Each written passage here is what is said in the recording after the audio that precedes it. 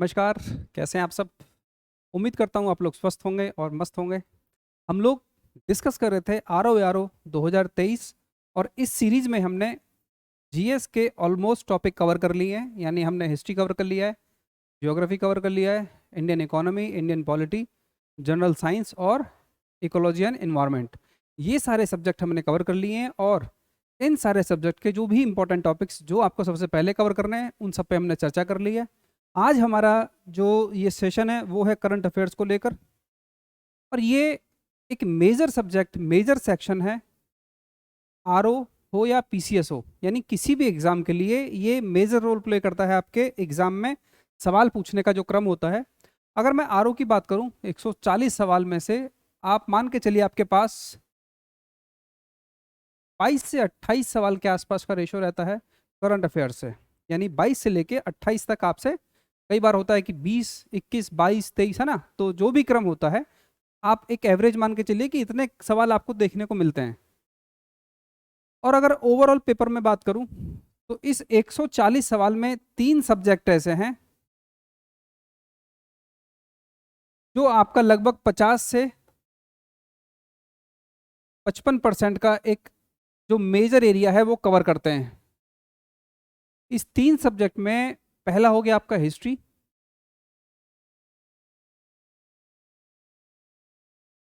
दूसरा हो गया आपका ज्योग्राफी, और तीसरा आपका ये करंट हो गया। यानी ये 3 सेक्शन आपका लगभग 50 से 55% का एरिया कवर कर लेते हैं। तो ये तीनों ही सेक्शन बहुत इंपॉर्टेंट हैं, और इन तीनों में जो सबसे ज़्यादा आसान है वो आपका करंट अफेयर्स है। सबसे कम टाइम इसको चाहिए होता है ना। बहुत ज़्यादा टाइम आपका नहीं लेता है, बहुत ज़्यादा आपको इसके लिए रटने की ज़रूरत नहीं है। अगर आपने कोई चीज़ पढ़ी है, किसी भी चीज़ को समझ के पढ़ा है, तो उसके बाद आपका उसका अगर 2 बार रिवीजन कर लेते हैं, यानी एक बार अगर आप रीडिंग लगा लेते हैं और 2 टाइम्स उसका अगर रिवीजन कर लेते हैं, मोर देन सफिशिएंट है कि आप मैक्सिमम सवाल सही करने की कंडीशन में होंगे करंट अफेयर्स में। अब इसमें जो टॉपिक हैं, इसमें हमने कोई क्रोनोलॉजी नहीं ली है। इसमें आपको जिस तरह से ये दिया हुआ है, आप इसमें ऐसा नहीं है कोई भी टॉपिक कहीं से भी कभी भी कवर कर सकते हैं। इसमें वैसा कुछ नहीं कि आपको सबसे पहले कोई टॉपिक कवर करना है। और इस टॉपिक के माध्यम से जितने भी टॉपिक्स हैं, जो भी अगर आप मंथली मैगजीन कवर कर रहे हैं या जो भी आपकी एनुअल मैगजीन आती है, तो अगर आप देखोगे तो जनरली इसी फॉर्मेट में वो मैगजीन होती है ना। और अब जैसे मैं बात करूं, ये राष्ट्रीय अंतर्राष्ट्रीय, यानी ये आपका ये ये 3 सेक्शन जो ऐसे हैं, ये आपके कहीं ना कहीं इन सारे टॉपिक्स को ओवरलैप करते हैं। यानी अगर मैं बात करूं राष्ट्रीय में, किसी भी तरह का सवाल पूछा जाता है कि राष्ट्रीय घटनाक्रम के अंतर्गत, जैसे सवाल पूछ लिया नीति आयोग से संबंधित कोई भी सूचकांक सर्वेक्षण, या उसके अलावा किसी भी राज्य का चुनाव, या किसी भी राज्य में किसी भी तरह की आपदा विपदा, है ना, उससे संबंधित जो भी चीज़ें होंगी वो कहीं ना कहीं आपको दोबारा इन सारे टॉपिक्स में कहीं ना कहीं दोबारा देखने को मिलती हैं। तो ये जो टॉपिक है आपके राष्ट्रीय अंतर्राष्ट्रीय, वैसे अंतर्राष्ट्रीय हो गया, तो अंतर्राष्ट्रीय घटनाक्रम के अंतर्गत आप क्या पढ़ेंगे? जैसे आप देखें प्रमुख सैन्य अभ्यास, तो यहाँ राष्ट्रीय अंतर्राष्ट्रीय दोनों चीज़ें इंक्लूड हो जाती हैं। आपके प्रमुख सूचकांक, तो ये भी कहीं ना कहीं कवर हो जाएगा। प्रमुख सम्मेलन, तो इसमें राष्ट्रीय अंतर्राष्ट्रीय स्तर पर जितने सम्मेलन होते हैं। उसके अलावा ये पुरस्कार, तो इसमें राष्ट्रीय अंतर्राष्ट्रीय पुरस्कार हो गए। चर्चित व्यक्ति विश्व के संदर्भ में कि कहीं पे चुनाव हुए हैं, या कोई किसी भी ऑर्गेनाइजेशन का कोई अध्यक्ष नियुक्त हुए हैं, या उन्होंने इस्तीफा दिया है, या किसी भी पर्सनैलिटी का कोई कोई ट्रेजेडी हुई है उससे संबंधित, है ना। उसके बाद आपका आ गया समझौते और समझौते ज्ञापन, फिर यूनेस्को विश्व धरोहर। तो ये टॉपिक भी ऐसे हैं कि ये टॉपिक सब आपके कहाँ से कवर होते हैं? अंतर्राष्ट्रीय से। तो ये चीज़ें ऐसी हैं, अगर आप देखोगे तो ये आपको एक बार पढ़ने के बाद दूसरी बार दूसरे किसी खंड में आपको वो रिवीजन के तौर पे दोबारा देखने को मिलती हैं। तो बहुत ज़्यादा करंट अफेयर्स आपका बहुत ज़्यादा बल्कि नहीं होता है। अगर मैं क्लासेस की बात करूं, तो अगर आप करंट अफेयर्स 15 डेज का टारगेट लेके चलते हैं, 15 डेज में आपका करंट अफेयर्स यानी 1 ईयर करंट अफेयर्स बहुत ईजिली कवर हो जाता है। मात्र 15 दिन में। और ये 15 दिन में आप रिवीजन के साथ इसको कवर करते हैं। अब देखते हैं कि सवालों का जो नेचर चेंज हुआ है, यानी जो ट्रेंड चेंज हुआ है सवाल पूछने का, वो किस तरीके से बदला है।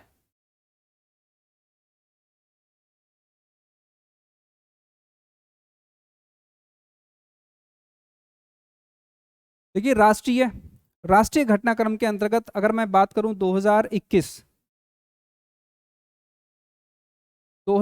का पीटी और मेंस, अगर आपने इन दोनों के सवाल देखे होंगे तो राष्ट्रीय संदर्भ में जितने सवाल पूछे गए हैं, यानी अगर आप उसको ये कहें कि राष्ट्रीय घटनाक्रम से संदर्भित हैं, तो वो आप जितने भी सवाल देखोगे उसमें आपको मैक्सिमम चीजें कहाँ दिखेंगी, प्रमुख सूचकांक, रैंकिंग और सर्वेक्षण। उसके साथ प्रमुख वेब पोर्टल, मोबाइल ऐप। फिर इधर आइए, प्रमुख योजनाएं, पहल, चर्चित व्यक्ति, है ना, पुस्तकें, न्यायपालिका विधेयक और अधिनियम। तो ये इस टाइप के खंड हैं कि जहां से आजकल सबसे ज्यादा सवाल पूछे जा रहे हैं। अगर मैं केवल इस टॉपिक की बात करूं, प्रमुख सूचकांक, रैंकिंग और सर्वेक्षण, आप किसी भी एग्जाम में जाइए, आप चाहे यूपी पीसीएस का एग्जाम दीजिए, आप बीपीएससी का एग्जाम दीजिए, या किसी भी अदर स्टेट का, या आप आरओ का एग्जाम दीजिए, ये जो खंड है आपका, यहाँ आपको 3 से 5 सवाल, ये कंपलसरी वाली सिचुएशन है आज के टाइम पे कि 3 से लेके 5 सवाल तक आपको इस खंड से पूछे जाते हैं, जो आपका सूचकांक, रैंकिंग और सर्वेक्षण से संबंधित है। इसमें कई बार ये राष्ट्रीय स्तर पे पूछे जाते हैं, अंतर्राष्ट्रीय स्तर पे हो गया, और साथ साथ क्या हो गया, जिस राज्य की परीक्षा है उस राज्य से संदर्भित जितने भी रैंकिंग या सर्वेक्षण हुए हैं उस राज्य में, या उस राज्य की जो कंडीशन कहीं बेहतर हो सकती है, कहीं बेहतर नहीं भी है, उस तरह के सवाल भी आपसे पूछे जाते हैं। जैसे नीति आयोग के जितने भी सालाना जो भी सर्वेक्षण नीति आयोग के द्वारा किए जाते हैं, जो भी रैंकिंग जारी की जाती है, वहां से सवाल आपके पास 1 या 2 सवाल हमेशा पूछे जाते हैं। उसके बाद आता है आपका प्रमुख सैन्य अभ्यास। अब देखिए, प्रमुख सैन्य अभ्यास में एक सवाल कम से कम आपको हमेशा मिलेगा। और अगर मैं बात करूं 21 की, तो यहां आपके पास 2 सवाल थे, मेंस में आपके पास 2 सवाल थे। 2016 का जो री एग्जाम हुआ था वहां आपके पास 2 सवाल थे। कहां से? प्रमुख सैन्य अभ्यास से। तो यहां से किस तरह का सवाल पूछा जाता है, यहां आपसे पूछा जाएगा, सैन्य अभ्यास का नाम दे दिया जाएगा, उसमें कौन कौन देश शामिल हैं, एक तो इस तरह का सवाल बनता है, या उस सैन्य अभ्यास का आयोजन किस जगह पर हुआ है, इस तरह का सवाल आपसे पूछा जाता है ना। इसके बाद है आपका महत्वपूर्ण दिवस और उनके विषय। देखिए, इस वाले टॉपिक से जो पहले सवाल पूछे जाते थे, पहले आपसे सीधा सवाल पूछा जाता था डेट के अकॉर्डिंग, यानी उन्होंने पूछ लिया कि ये दिवस किस महीने या किस तारीख को मनाया जाता है। लेकिन अब इसमें से क्या पूछा जाता है कि जो आपका दिवस है, आपसे ये नहीं पूछा जाएगा इसकी तिथि आपसे अब संभावना कम होती है पूछे जाने की। अब क्या पूछा जाता है, इसका विषय या इसकी थीम। और इस तरह के आपके पास कभी कभार 2 सवाल तक पूछ लिए जाते हैं, नहीं तो एक सवाल तो आपके पास, अगर पिछले 5 साल का आप ट्रेंड देखोगे, एक सवाल आपके पास यहां से रहेगा ही रहेगा। तो ये इसमें चेंज हुआ है। और प्रमुख वेब पोर्टल और मोबाइल ऐप, अब यहां से भी पिछले 5 साल में अगर देखोगे तो एक आध सवाल यहां से जनरली पूछ लिया जाता है, पीसीएस में भी और आपका आरओ में भी, कि एक सवाल मोबाइल ऐप पोर्टल से आपके पास रहेगा। और ये जो आपके सेक्शन है, ये जो खंड है, यानी आपका अर्थव्यवस्था, तो अर्थव्यवस्था में आपका जो भी रैंकिंग रिपोर्ट, ये सब कवर हो गया, सूचकांक, प्रमुख रिपोर्ट हो गई। उसके बाद यहां आता है आपका बजट, और आता है आपका सर्वे, आर्थिक सर्वेक्षण। ये 2 खंड आपके यहाँ आ गए। यही 2 चीजें मैंने आपसे बात की थी कहाँ पर, जब इकोनॉमी देख रहे थे, तो करंट वाला सेगमेंट, तो वो आप करंट वाला सेक्शन यहाँ कवर हो जाता है कि जहां आपके पास 2, 3, 4 सवाल तक पूछे जाते हैं। विज्ञान प्रौद्योगिकी और इसी में आपका डिफेंस हो गया। तो स्पेस वाला हमने जब साइंस की बात की तो हमने बताया था कि जो आपका आईटी सेक्टर है, आपका बायोटेक है, आपका डिफेंस है, आपका स्पेस है ना। तो ये सारे सेक्शन आपके करंट से ज़्यादा संभावना रहती है सवाल पूछने की। मतलब आपका जो साइंस टेक वाला सेक्शन है वहाँ प्रीलिम्स में मैक्सिमम चीज़ें कहाँ से होती हैं, वो आपकी करंट से पूछी जाती हैं। तो इसके लिए आपको बहुत ज़्यादा परेशान होने की ज़रूरत नहीं है। साइंस टेक वाला ऑलमोस्ट सेक्शन है ना, इसी में आपका हेल्थ हो गया, तो ये सारी चीज़ें आपकी यहाँ करंट से कवर हो जाती हैं। एनवायरमेंट, तो इसमें जितने भी रिपोर्ट्स हैं तो वो रिपोर्ट्स यहाँ भी इंक्लूड हैं। उसके साथ जो भी सूचकांक इससे संबंधित है वो सूचकांक आपके यहाँ भी कवर हैं, है ना। इसके अलावा जो भी आपके सम्मेलन हुए इससे संबंधित वो सम्मेलन आपके इधर भी कवर हो जाते हैं, ये प्रमुख सम्मेलन। और जो भी समझौते होते हैं इससे संबंधित वो समझौते आपके यहां भी कवर हो जाते हैं। तो अगर आप इन 7 टॉपिक को देखोगे तो ये 7 टॉपिक बेसिकली आप जितने भी आपके बाकी टॉपिक्स हैं वो आपको फिर से वहां पे कवर हो जाते हैं। अगर आप केवल इतना काम भी करके चलें, ये जो बाकी आपके 8 से लेके 25 तक के टॉपिक हैं तब भी आपकी मैक्सिमम चीज़ें कवर हो जाती हैं। मैं अगर डिवाइड करूं इसको 100% में से, तो ये जो 7 टॉपिक हैं ये 7 टॉपिक आपका 30%, और बाकी जो 8 से लेके यानी 8 से 25 तक के टॉपिक हैं वो आपका कवर करते हैं 70%। अलग से कोई चीज़ें नहीं है, वही चीज़ें क्या होती है आपको फिर से पढ़ने को मिलती हैं। अब कुछ चीज़ें ऐसी होती हैं कि कोई पर्सनैलिटी है वो आप यहाँ बेहतर तरीके से कवर नहीं कर पाएंगे, वो आप यहाँ बहुत अच्छे से कवर कर लेंगे।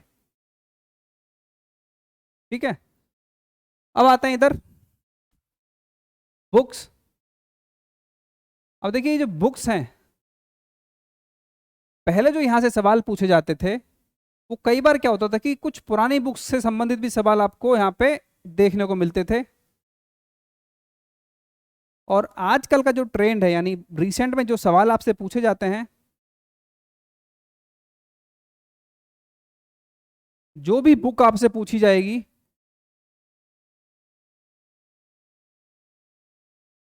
वो चर्चा में रही होगी किसी ना किसी वजह से। या तो जो राइटर हैं, जो रचयिता हैं, जिसने बुक लिखी है, जो लेखक हैं उसके, वो किसी वजह से चर्चा में रहे हों, है ना। दूसरा, उन लेखक को कोई पुरस्कार मिला हो, राष्ट्रीय अंतर्राष्ट्रीय स्तर पे, तो वो बुक इंपॉर्टेंट हो जाती है। या किसी भी फेमस पर्सनैलिटी द्वारा वो बुक लिखी गई हो या उसका विमोचन किया गया हो, तो वो बुक क्या हो जाती है, इंपॉर्टेंट हो जाती है।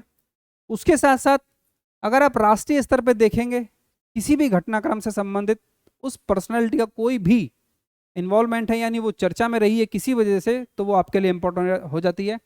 और अगर मैं अब ओवरऑल की बात करूं तो अगर आप एक साल की 50 किताबों की लिस्ट अगर आप तैयार कर लें जो एक साल में चर्चा में रही, तो इन 50 बुक से आपका कोई भी क्वेश्चन बाहर नहीं होगा। ये 50 बुक आपका क्या करेंगी, जो भी सवाल आएगा आपका कवर हो जाएगा। और ये लिस्ट आपको जनरली किसी भी मैगजीन में बहुत इजीली मिल जाती है, चाहे वो आप मंथली मैगजीन कवर करें चाहे आप एनुअल करें। ठीक है, पुरस्कार सम्मान। पुरस्कार देखिए राष्ट्रीय और अंतर्राष्ट्रीय स्तर पे यहाँ आपको कम से कम 2 से 3 सवाल देखने को मिलते हैं।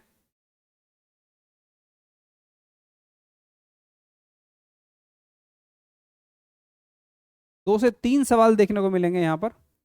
और जितने भी इम्पोर्टेंट अवार्ड्स हैं, चाहे वो बुक्स लेखक से संबंधित हों यानी साहित्य से संबंधित हों, आपका नोबल हो गया, रेमन मैग्सेसे से हो गया, फिल्म क्षेत्र में हो गया या स्पोर्ट्स से संबंधित हो गया, तो 2 से 3 सवाल आपको पुरस्कार और सम्मान से देखने को मिलते हैं।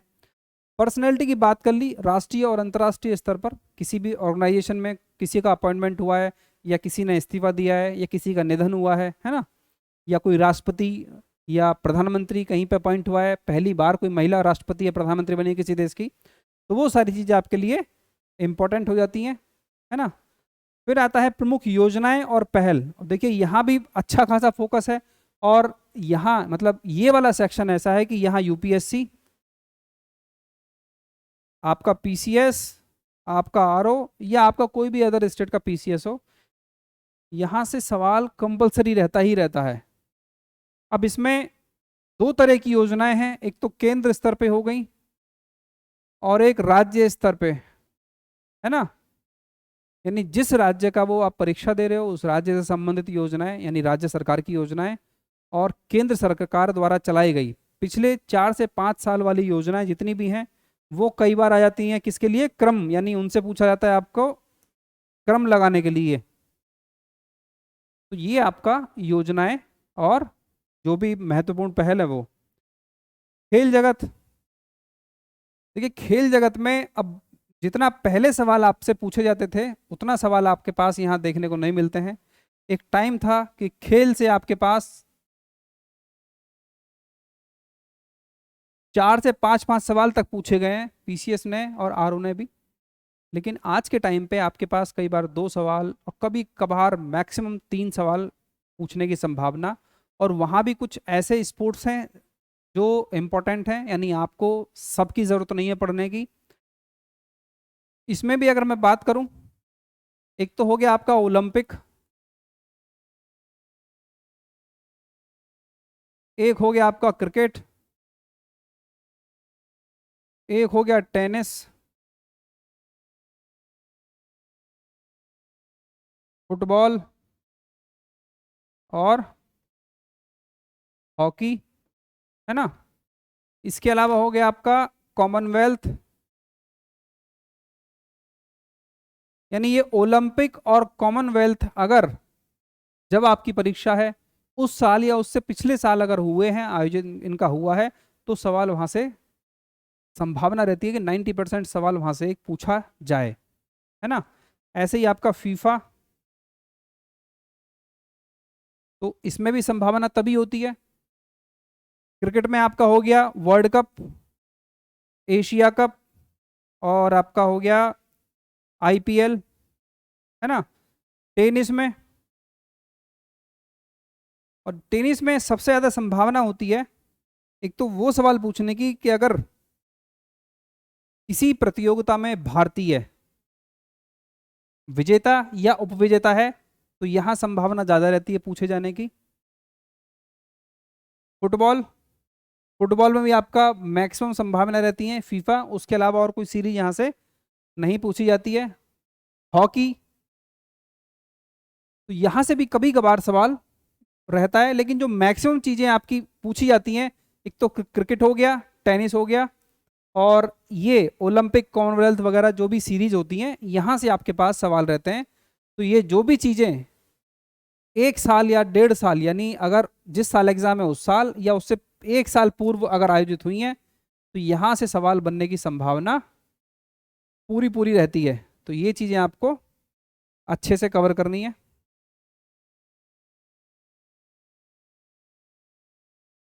राज्य के मुख्यमंत्री, तो यहाँ से तो सवाल नहीं आता है, लेकिन राज्यपाल से कभी कभार मैचिंग वाला सवाल पूछ लिया जाता है ना।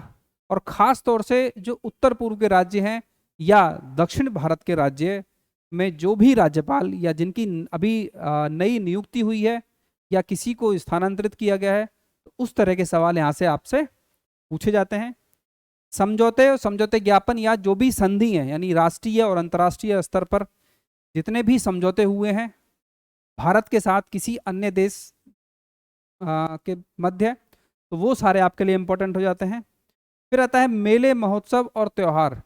तो देखिए यहाँ से जो सवाल पूछा जाता है, कई बार आता है कि मेले या त्यौहार का नाम पूछेंगे और पूछा जाएगा कि यह किस राज्य से संबंधित है, या उसका अगर कोई थीम है तो वो थीम आपसे पूछ लिया जाता है ना।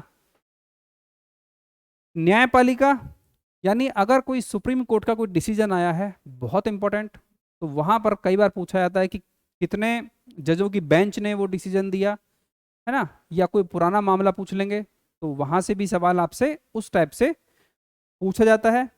विधेयक और अधिनियम, तो यहाँ से भी सवाल वही पूछा जाता है जो रिसेंटली कोई विधेयक ऐसा है जो बहुत ज़्यादा चर्चा में रहा, बहुत ज़्यादा इंपॉर्टेंट है, तो प्रोविज़न तो बहुत संभावना नहीं रहती है, उसका नंबर वगैरह आपसे, जैसे अधिनियम है तो उसका नंबर वगैरह आपसे पूछ लेंगे। जीआई टैग, यहाँ से पहले सवाल नहीं, लेकिन पिछले 4 साल 5 साल में यहाँ से आपके पास सवाल पूछा जाता है। और 2 तरीके के सवाल होते हैं यहाँ पर। एक तो सवाल रहता है मैचिंग वाला, दूसरा सवाल रहता है कि जिस राज्य, यानी अगर आप यूपी आरओ दे रहे हैं या पीसीएस दे रहे हैं, तो यहाँ पर क्या है कि आपको जो सवाल आपको देखने को मिलेगा वो मिलेगा यूपी से संबंधित। अगर यूपी सरकार ने या यूपी के किसी भी प्रोडक्ट को अगर जीआई टैग का दर्जा मिला है तो वो सवाल आपसे यहाँ पर इम्पोर्टेंट हो जाता है पूछना। और फिर आता है आपका यूनेस्को विश्व धरोहर स्थल, तो एक आध सवाल आपसे यहाँ रहता है। तो ये जितने टॉपिक हैं, अगर आप अपना कंप्लीट करंट अफेयर्स का जितना भी सेक्शन है इस आधार पे तैयार करें और इसी आधार पे अपने क्या बनाएं, नोट्स बनाएं।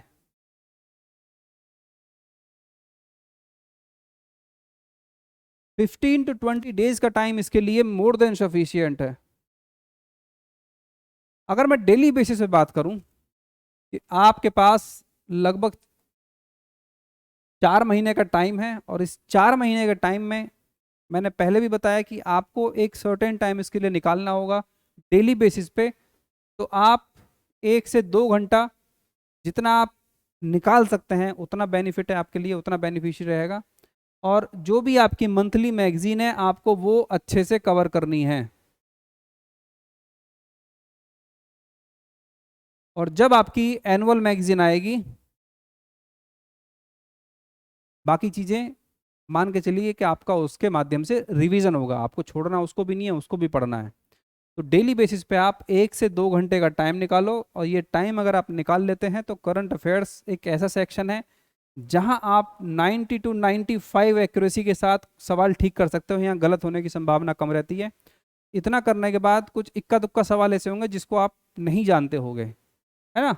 मैक्सिमम सवाल आपके जाने पहचाने होंगे, बहुत इजीली आप कर ले जाओगे। एक आध सवाल देखिए आपको परेशान करने के लिए रहता है, वो हर सेक्शन में रहता है, मैं पहले बात कर चुका हूँ कि उसको देख के परेशान नहीं होना है ना। और किसी भी चीज़ को ईगो पर नहीं लेना है कि मैंने इतना पढ़ा है तो ये सवाल होगा कैसे नहीं, ठीक है। नेगेटिव मार्किंग है, उसका खामियाजा आपको पीटी फेल करके भुगतना पड़ सकता है।